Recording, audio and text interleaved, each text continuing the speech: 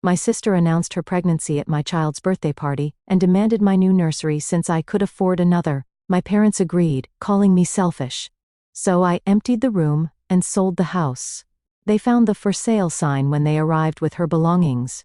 I should have known something was wrong when my sister showed up to my daughter's first birthday party wearing white.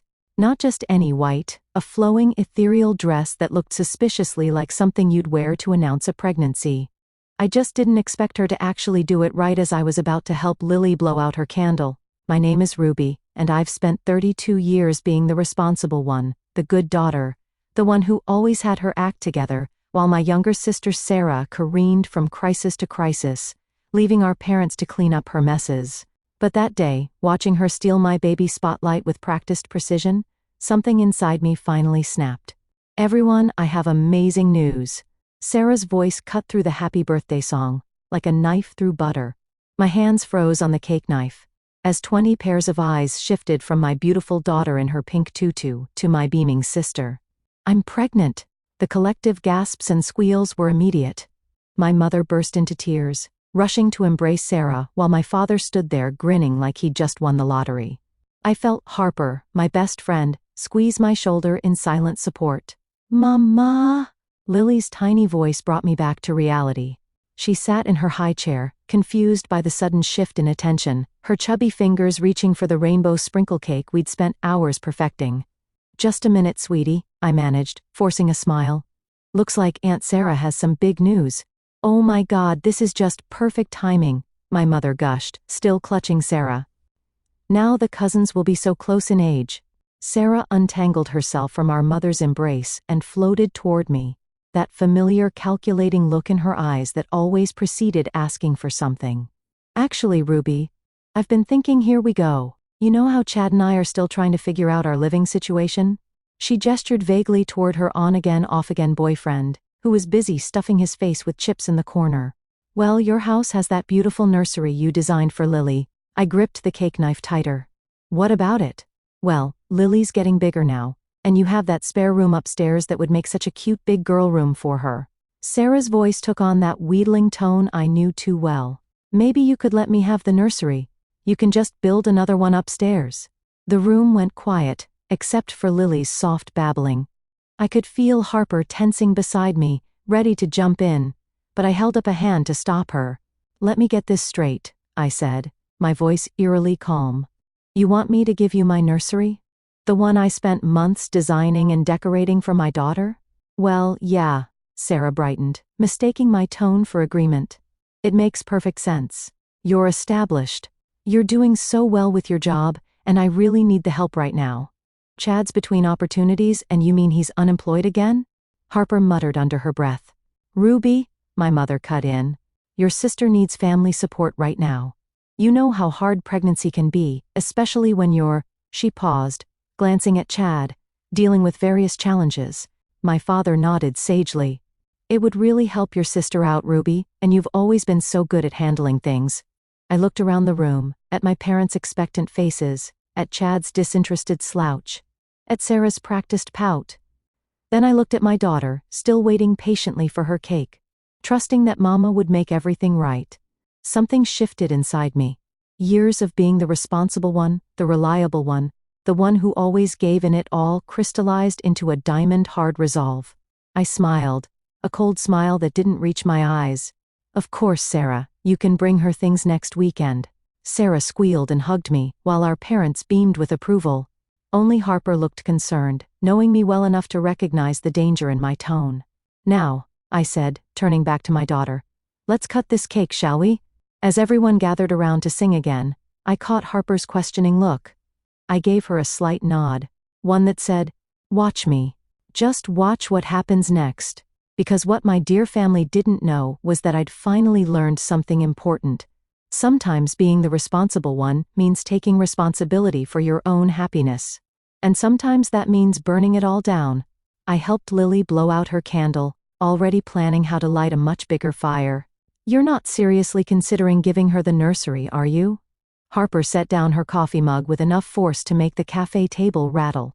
3 days had passed since the birthday party disaster, and my best friend's patience was wearing thinner than mine. Of course not, I replied, stirring my latte absently. But you should have seen the texts I got this morning. Sarah's already picking out paint colors. Harper pulled out her phone. Show me. I handed over mine, watching her scroll through the endless stream of messages from my sister.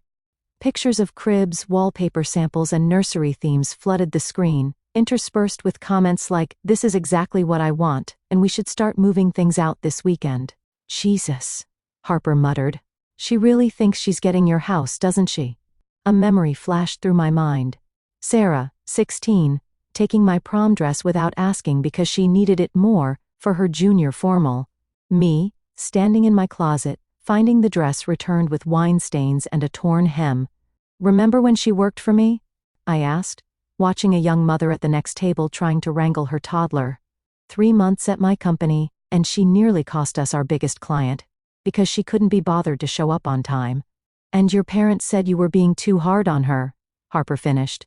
Because she was going through a rough patch with, what's his name? Dylan, I supplied. Before Chad, after Trevor, but before Marcus. The one you paid rent for? No, that was Josh. Dylan was the one I bailed out of jail after he got drunk and tried to steal a police horse. I laughed, but it came out hollow. God, I sound like a human ATM, don't I? Harper leaned forward. Ruby, honey, you're not an ATM. You're a doormat. And I say that with love. My phone buzzed again. This time it was my mother. Sarah's so excited about the nursery. We should all go shopping this weekend. Your father and I can help with the renovation costs for Lily's new room. I showed Harper the message. Her eyes narrowed. They really think they can just redistribute your house? They've been redistributing my life since I was old enough to have something worth taking. The words came out sharper than I intended. When I got my first job at 16, guess who had to share her paychecks? When I got my college acceptance letters, guess who had to defer a year so Sarah could have her dream gap year in Europe? Which she quit after 3 weeks, Harper added. And who paid for the emergency flight home? I raised my hand like a student answering a question. This girl, my phone buzzed again. This time it was a real estate listing from Ivy, my agent. A beautiful 3-bedroom condo across town, newly renovated, with a view of the park. Harper peered at the screen. What's that about? I stood up, gathering my things. That's my next appointment. Want to come see what karma looks like? 20 minutes later, we stood in an empty living room flooded with natural light. Ivy, clipboard in hand, watched me run my fingers along the smooth quartz countertops in the kitchen. The sellers are motivated, she said. They'd consider a quick close if the offer's right. I walked to the smaller bedroom, already picturing Lily's toys scattered across the hardwood floors. It was smaller than her current nursery, but it had a window seat perfect for reading stories. Ruby, Harper called from the master bedroom. Come look at this view. I joined her at the window, taking in the sprawling park below. No shared walls with entitled siblings. No space for family to crash indefinitely, just peace. What about your house? Harper asked quietly. I pulled out my phone, showing her the text I drafted to Ivy earlier. List it. Price it to sell fast. And don't tell anyone in my family. Ivy appeared in the doorway, her professional mask cracking slightly to reveal a smile. Are we doing this? I thought about Sarah's white dress at the party, about my daughter's confused face when her special day was hijacked, about 32 years of being the responsible one, the reliable one, the good daughter. It's go time, I whispered, hitting send on the text. Harper wrapped an arm around my shoulders. You know they're going to lose their minds, right? I watched a young couple playing with their dog in the park below, free and happy in their own space. Maybe it's time they learned what it feels like to lose something they thought they were entitled to. Shall I draw up the paperwork? Ivy asked. I nodded, feeling lighter than I had in years. Make it ironclad. No family discounts this time. The nursery looked different in the harsh light of my phone's camera. Each click captured another piece of evidence, proof that this room had been lovingly created for Lily, not commandeered as a gift for Sarah. Ivy had suggested documenting everything before the sale listing went live. And this is where the changing table used to be, I narrated quietly, panning across the mint green wall with its hand-painted butterflies. Before I moved it to make room for the free sign I'm about to put on it. A soft knock at the door made me jump. Ruby? Honey, are you home? My mother's voice. Of course. I quickly shut off the camera and shoved my phone in my pocket. Coming. I opened the front door to find both my parents standing there, matching concerned expressions on their faces. My father held a takeout bag from my favorite Thai place, their standard peace offering. We brought lunch, my mother said, already pushing past me into the house, and we wanted to talk about Sarah's nursery. I bit back a correction. Not Sarah's nursery, never Sarah's nursery. Instead, I smiled. Perfect timing. I was just organizing things upstairs. They followed me to the kitchen, where my mother immediately began unpacking containers of pad thai and green curry. My father settled into his usual chair, the one that would be gone in less than a week. So, my mother started, sliding a container toward me. Sarah's been showing me some lovely ideas for the room. She's thinking of a woodland theme, very gender neutral, since they don't know what they're having yet. I stabbed a piece of chicken with my fork. That sounds nice? We know this is a big change, my father added. But your mother and I have been talking. We'd like to help with the renovation costs for Lily's new room. Make it really special for her. That's so generous, I said, the words tasting like ash in my mouth. But actually, I've been thinking about Sarah's situation. My mother perked up. Oh, you're right. She needs support right now. And this house, well, it has so much space. Too much space really for just Lily and me. I watched their faces light up with approval and felt a twisted satisfaction. I've decided to make some changes to help accommodate everyone. Oh, Ruby. My mother reached across the table to squeeze my hand. I knew you'd understand. You've always been so practical. A thump from upstairs made us all look up. Lily, waking from her nap. I'll get her, I said quickly, but my mother was already standing. I want to see my grandbaby. I listened to her footsteps on the stairs, counting the seconds until she'd reached the nursery. The nursery where half the furniture was already gone, carefully documented and stored in a rental unit across town. The realtor thinks it'll sell within days, I whispered to myself. What was that, honey? My father asked. Nothing. Just thinking out loud about paint samples. My mother's voice drifted down from upstairs. Ruby, where's the rocking chair? Oh, I moved it. I called back, making space for Sarah's things. I heard Lily's happy babbling as my mother brought her downstairs. My daughter took one look at me and announced, "Bye-bye, house." My heart stopped. What does she mean, bye-bye, house? My mother asked, settling Lily into her high chair. I forced a laugh. Oh, you know toddlers. She's been saying that to everything lately. Bye-bye spoon, bye-bye cup. It's her new favorite phrase. My father chuckled, but my mother's eyes narrowed slightly. I busied myself wiping invisible crumbs from the counter. When did you say Sarah could start moving things in? She asked. Next weekend, I replied smoothly. I thought we could make a day of it. Get everyone to help. That's wonderful. My mother's suspicion evaporated. I'll call Sarah right now. She'll be so excited. As she stepped into the living room to make the call, my father leaned in close. You're doing the right thing, Ruby. Family has to stick together. I nodded, thinking of the offer Ivy had texted me this morning. 30,000 over asking price, cash buyers, willing to close in 10 days. My phone buzzed in my pocket. Ivy again. Offer accepted?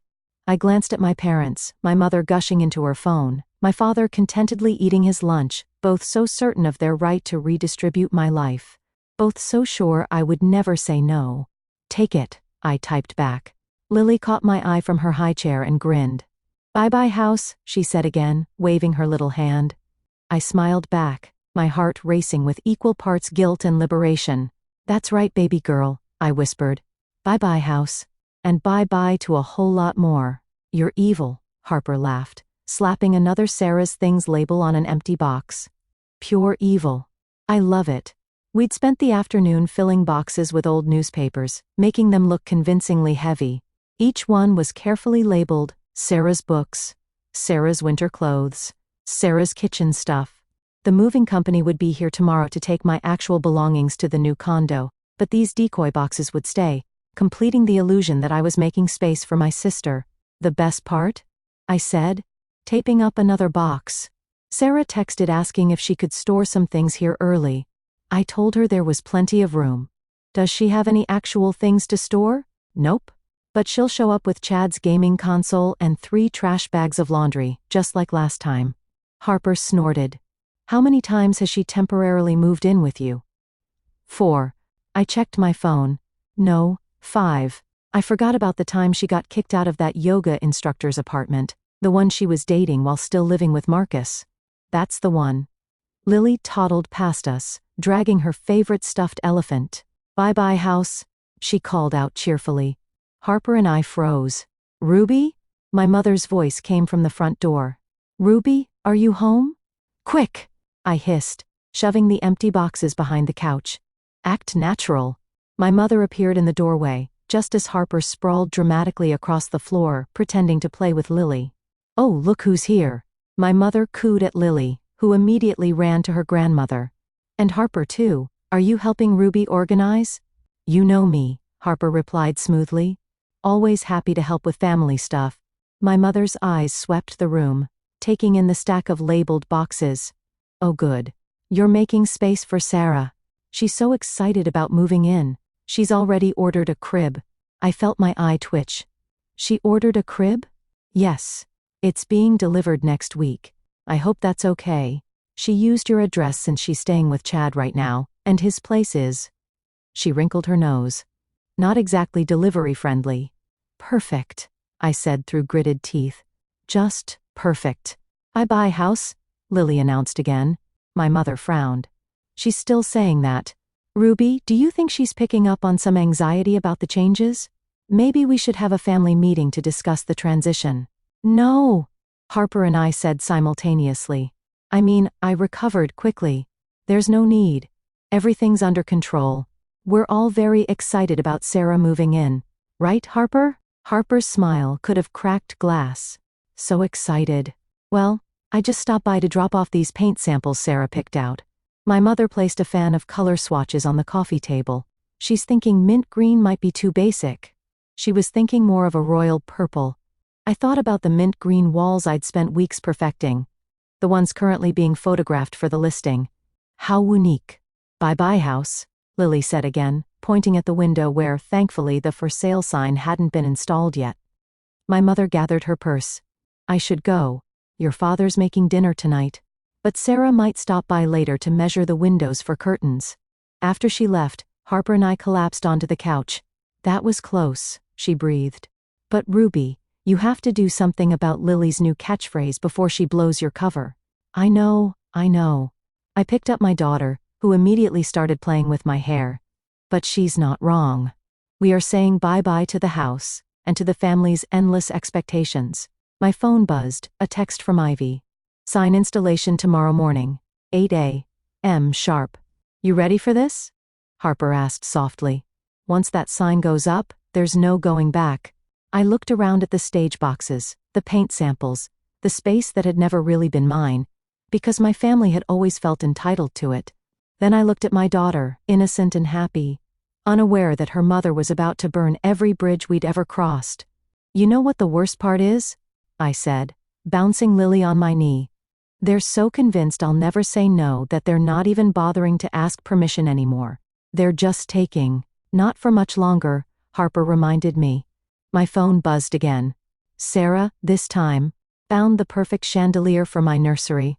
Ordering it now. You don't mind if they deliver it there next week, right? Love you? I showed Harper the text. She raised an eyebrow. Want me to help you stack more empty boxes? Yes, I said, setting Lily down. And then we're going to practice saying a new phrase. Right, baby girl? Lily looked up at me with her big brown eyes. Bye-bye, house? No, sweetie. This time we're saying, bye-bye, Sarah. I watched through my living room window as Sarah's rented U-Haul truck pulled into my driveway, right on schedule. My sister sat in the passenger seat, one hand resting on her barely visible baby bump, while Chad attempted a 3-point turn that nearly took out my mailbox. My parents' car pulled in right behind them. Ready? Harper whispered from beside me. She'd insisted on being here for moral support, though I suspected it was more for the entertainment value. Almost. I checked my phone. The movers had finished clearing out my actual belongings hours ago. The new condo was ready. Lily was safely at daycare. Everything was in place. Just waiting for the perfect moment. Outside, Sarah hopped down from the truck, her face lighting up at the sight of the nursery furniture I'd carefully arranged on the curb with a large free sign. My mother was already heading for the front door, keyring in hand, the key I'd conveniently forgotten to ask her to return months ago. The doorbell rang. "Places," I muttered to Harper, who retreated to the kitchen with her phone ready to record. I opened the door to find my entire family on the porch, beaming like they'd just won a prize. "We're here," Sarah announced, pushing past me into the house. "Chad, grab those boxes by the door. They're labeled for the nursery. Mum, did you bring the paint samples? And Ruby, we need to talk about that chandelier delivery." She stopped dead in her tracks. The entrance hall was completely empty. No boxes, no furniture, no pictures on the walls. "Ruby?" My mother's voice wavered. "What's going on?" I smiled sweetly. "Oh, did I forget to mention? The house has been sold." The silence that followed was deafening. "What?" Sarah's voice came out as a squeak. "The house is sold." I pointed to the massive for sale sign in the front yard, now sporting a bright red sold sticker across it. "Closing is next week, but Sarah's face went from confusion to rage in record time. "You can't sell the house. What about the nursery? What about my baby?" "Your baby?" I laughed. "You mean the baby you're having with your unemployed boyfriend, for whom you expected me to give up my daughter's nursery, that baby?" "Ruby." My father stepped forward, using his reasonable voice. "Let's talk about this. You can't just make decisions like this without consulting the family." "Actually, I can. It's my house, my name on the deed, my mortgage payments, my decision." Sarah burst into tears, the dramatic wailing kind she'd perfected since childhood. "How could you do this to me? I'm pregnant. Where am I supposed to go?" "Not my problem." I gestured to the furniture on the curb. "But feel free to take the nursery set. Consider it my baby shower gift." My mother grabbed my arm. "Ruby, stop this nonsense right now. You're being cruel." "Cruel?" I pulled away from her grip. "Cruel is hijacking my daughter's first birthday party to announce a pregnancy. Cruel is assuming you can just take over my home because Sarah needs another handout. Cruel is never, ever asking what I want or need because you're all too busy taking. But we're family." Sarah sobbed. "No," I said quietly. "We're not. We're just people who share DNA, and a long history of me giving while you take." Chad, who had been silent until now, finally spoke up. "So we drove this U-Haul out here for nothing." "Not nothing," Harper called from the kitchen doorway, phone still recording. "There's some lovely free furniture on the curb. Better hurry though. I posted it on Facebook Marketplace an hour ago." As if on cue, a car pulled up to the curb, and a young couple started loading the changing table into their SUV. "This isn't over," Sarah hissed, mascara running down her face. "You'll regret this." "I doubt it." I opened the front door wider. "Now, if you'll excuse me, I need to finish packing. The new owners want to do a final walkthrough tomorrow." "Ruby, please." My mother tried one last time. "We can work this out." I thought about all the times I'd given in to that plea. All the times I'd sacrificed my own needs to work things out for Sarah. Not anymore. "The house was mine," I said calmly. "I sold it. Have a nice move." I closed the door on their shocked faces, listening to Sarah's wails turn to angry screams outside. Through the window, I watched as another car pulled up for the free furniture, while my family stood frozen in disbelief. Harper stopped recording and gave me a high five. "That was beautiful." "It's not over," I said, hearing Sarah kick the U-Haul's tire in frustration. "They'll be back. Let them come." Harper grinned. "We've got it all on video." Outside, the sold sign gleamed in the afternoon sun, a beacon of my liberation, and somewhere across town, in a peaceful condo overlooking a park, my daughter's new room was waiting. Free of family drama, free of manipulation, and most importantly, free of Sarah. My phone hadn't stopped buzzing for 3 days. I scrolled through the messages while Lily napped in her new room, the afternoon sun streaming through the Parkview windows. "You've reached a new low," read my aunt's text. "Your poor sister is devastated. How could you do this to your family?" demanded my cousin. "Your father is heartbroken," my mother wrote. "He had to take a day off work." The voicemails were worse. "Ruby? It's Mum again. Sarah's been throwing up from stress. If anything happens to this baby, it's on you. Call me back. Hey sis, it's me. My lawyer says what you did could be considered emotional distress, just letting you know. Harper sat across from me at my new kitchen island, reading the messages over my shoulder. Your sister has a lawyer now. She dated one for 2 weeks last year. He gave her his card when she keyed his car. Of course he did. Harper grabbed my phone. That's it. We're blocking them all. Wait. I reached for the phone, but Harper held it away. No waiting. Look at you. You haven't slept properly since the move. You jump every time your phone buzzes. This isn't healthy. She was right. I'd spent 3 nights lying awake, replaying the looks on their faces when they saw the sold sign. The way Sarah's voice cracked when she realized I wasn't joking. My father's disappointed headshake. I swallowed hard. Part of me still wants them to understand, to finally see things from my perspective. They won't, Harper said gently. They've had 32 to see your perspective. They're not going to start now. My phone buzzed again. This time it was Sarah posting on Facebook. Some people think money and success give them the right to destroy families. Karma will come for those who hurt pregnant women. She toxic? Betrayed? She of family trauma? The comments flooded in immediately. Stay strong, girl. Some sisters are just jealous of new babies. Can't believe anyone would do this to their pregnant sister. Harper made a disgusted noise. Oh, that's rich, coming from the woman who announced her pregnancy at her niece's first birthday party. A knock at the door made us both jump. Through the peephole, I saw Chad shifting awkwardly in the hallway. Should I call security? Harper whispered. I shook my head and opened the door. What do you want, Chad? He looked worse than usual, unshaven, wearing a wrinkled t-shirt with what looked like yesterday's pizza stains. She's staying at my place and losing her mind. You broke her, Ruby. I broke her?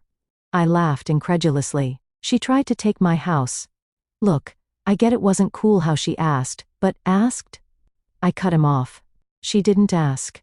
She announced it at my daughter's birthday party and expected me to just hand over my home, just like she's expected me to hand over everything else her entire life. Chad ran a hand through his greasy hair. She's pregnant, man. With my kid. We need help. Then help her yourself. Get a job. Be an actual partner instead of another problem for her to dump on me. You don't understand. No, you don't understand. I stepped into the hallway, closing the door so Lily wouldn't wake up. For years I've watched Sarah bounce between guys like you, men who think their problems are everyone else's responsibility. And every time she crashes and burns, guess who has to clean up the mess? Not anymore. She's your sister. And I'm done being her safety net.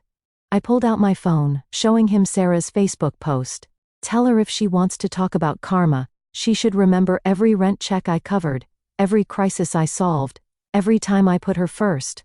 Then she can talk about karma. Chad's face hardened. Sarah's right. You're just jealous because she's having a baby, and you're alone. I laughed so hard I had to lean against the wall. I have a beautiful daughter, a successful career, and now a peaceful home, where no one can guilt me into fixing their lives. Trust me. I'm not jealous. He opened his mouth to argue, but Harper appeared in the doorway. I believe my friend asked you to leave. After he skulked away, Harper handed me back my phone. Ready to block them now? I looked at the screen. 3 more missed calls from my mother, 2 texts from Sarah, and a group chat message from my father asking the extended family to pray for Ruby's heart to soften. Do it, I said.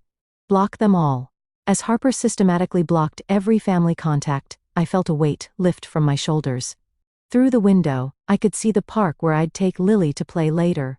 No drama, no guilt, no manipulation. There, Harper announced, handing back my phone. Now it's just you, me, and that bottle of wine I brought to celebrate your freedom. From the bedroom, I heard Lily stirring from her nap. Make that you, me, Lily, and wine. Perfect combination. Harper smiled.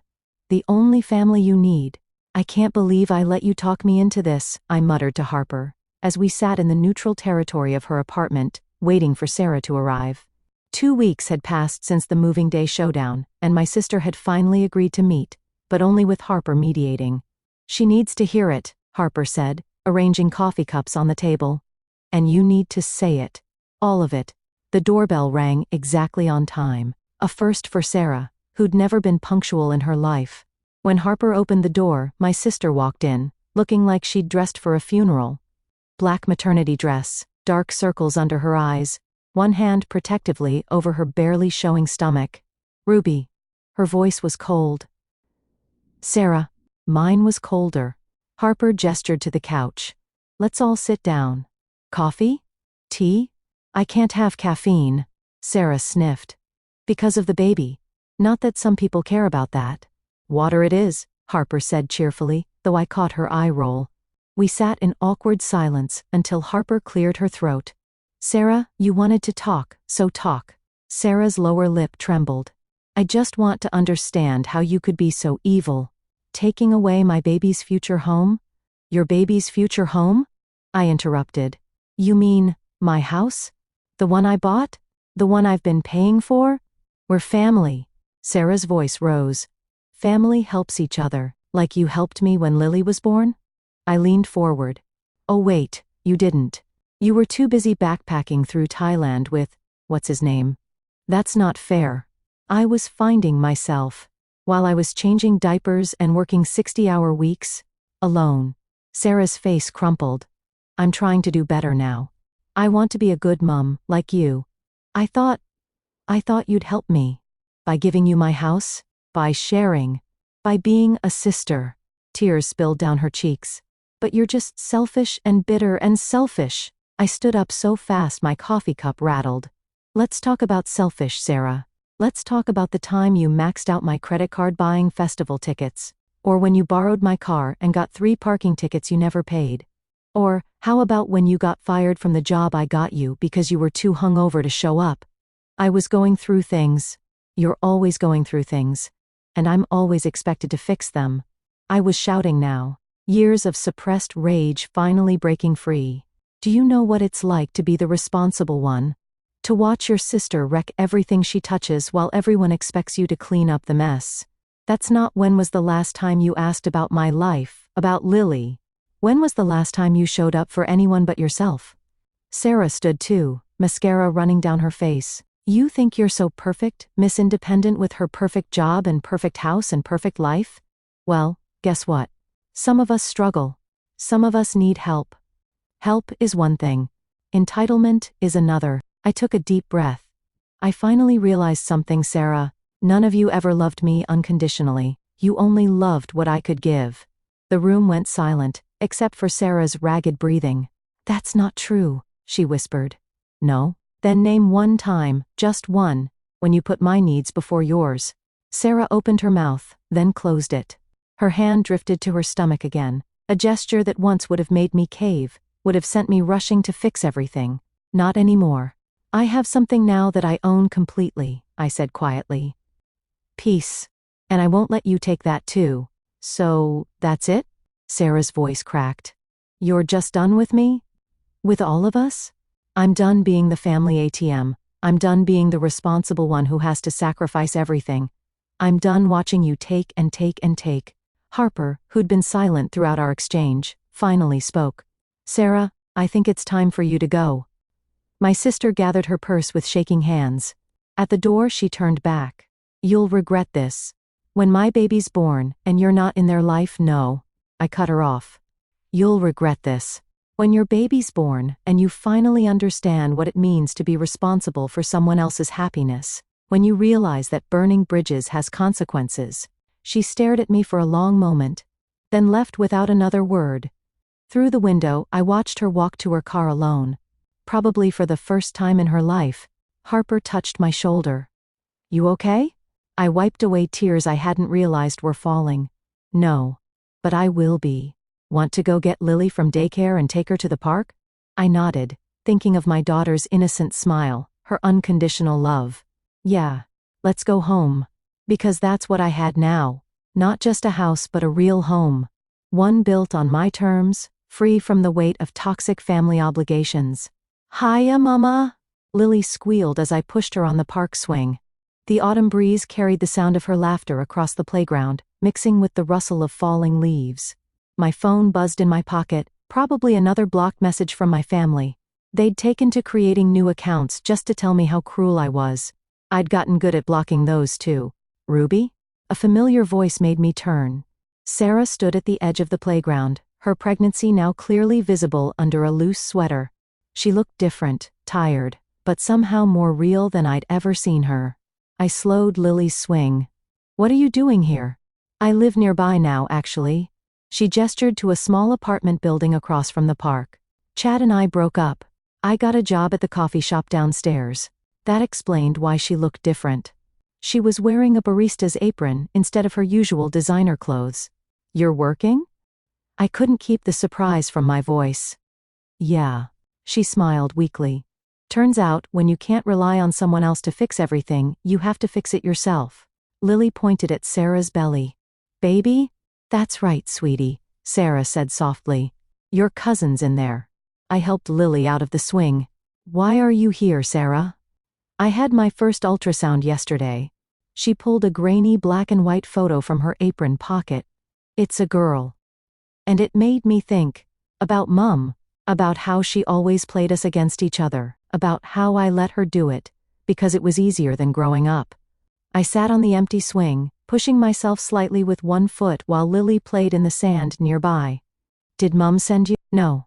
She doesn't know I'm here." "She's still," Sarah sighed. "She's still Mum.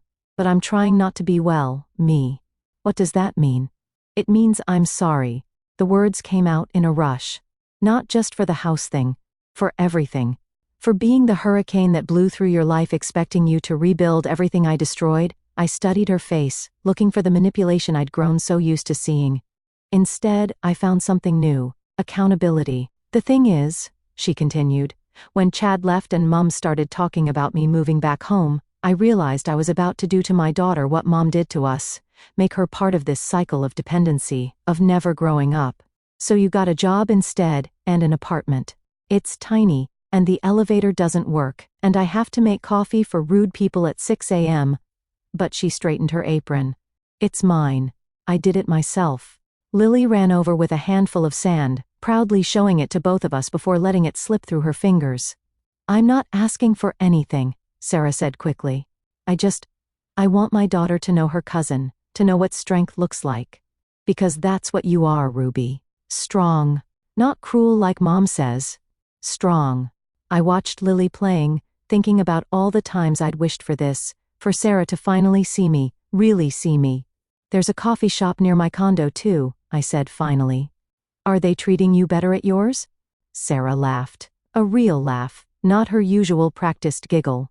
"The tips are decent, and my manager says I'm getting better at not burning the lattes. Lily and I usually get hot chocolate there on Sunday mornings around 9. She caught her breath. "Yeah?" "Yeah. And sometimes we feed the ducks after, when we're not too busy." "I'd like that." She wiped her eyes. "God, these pregnancy hormones are killer. Tell me about it." I cried at a paper towel commercial when I was pregnant with Lily. We shared a smile, small, tentative, but real. "I should get back to work," Sarah said, adjusting her apron. "But Sunday?" I nodded. "Sunday." As she walked away, Lily waved. "Bye-bye, baby." "You know what, sweetie?" I scooped her up, breathing in her baby shampoo smell. "I think we just said hello instead." That evening, as I tucked Lily into bed in our cozy condo, I thought about karma. Everyone had expected it to look like revenge. Like my family getting what they deserved. Instead, it looked like Sarah in an apron, learning to stand on her own. Like me, learning to set boundaries without burning every bridge. Sometimes karma isn't about monsters getting punished. Sometimes it's about people finally facing themselves in the mirror. I kissed Lily's forehead and whispered, "Sweet dreams, baby girl." Because that's what I'd really bought when I sold that house. Not just peace, but the chance for a new story. One where strength didn't mean carrying everyone else's burdens, and family didn't mean sacrificing yourself. One where bye-bye house meant hello to something better. Thanks for watching. Take care. Good luck. After listening to today's story, perhaps it has raised some new questions in your mind, or maybe it has brought back some old memories. Every day on Reddit, new experiences and moments create fresh stories, and they connect all of us. Everyone has their own unique journey in life, and we all try to understand the world in our own way. These kinds of moments remind us that we are all human, sometimes happy, sometimes sad, and always learning something new. If you enjoyed this story, feel free to share it with your friends. Your thoughts and feedback are always valuable to us, as they motivate us to create even better content. Every story has its own unique angle, and our goal is to understand everyone's perspective and make our content diverse and relatable. Stories like these help us realize that life's journey is different for everyone, and by hearing other stories, we learn something new. You can also share your own stories with us. Your experiences are valuable to us as well, and if you enjoyed this video, please leave your feedback. We aim to create content that brightens your mind and gives you new ideas every time. If you've already seen this video before, your feedback is still important. With every piece of feedback, we can improve our content and bring a new perspective to our viewers. Today, what we saw was just a small part of the many stories shared on Reddit and across the world. It's a reminder of how we all try to understand life by sharing our experiences with each other. This video was only an example of how we try to connect with others through storytelling, learning about different sides of life. We hope to continue sharing such stories that help us all learn and grow together. Thank you for your time, and don't forget to keep an eye out for more stories coming soon. If you haven't already, please like and follow for more amazing content. Your support keeps us going, and we will strive to bring you more thought-provoking and heartwarming stories. Until next time, take care and stay curious. **